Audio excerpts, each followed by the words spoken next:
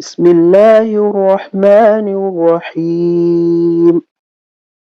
إذا جاء نصر الله والفتح ورأيت الناس يدخلون في دين الله أفواجا فسبح بحمد ربك واستغفره إنه كان توابا.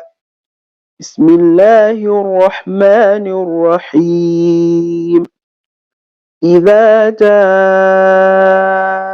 نصر الله والفتح ورأيت الناس يدخلون في دين الله أفواجا فسبح بحمد ربك واستغفره إنه كان توابا.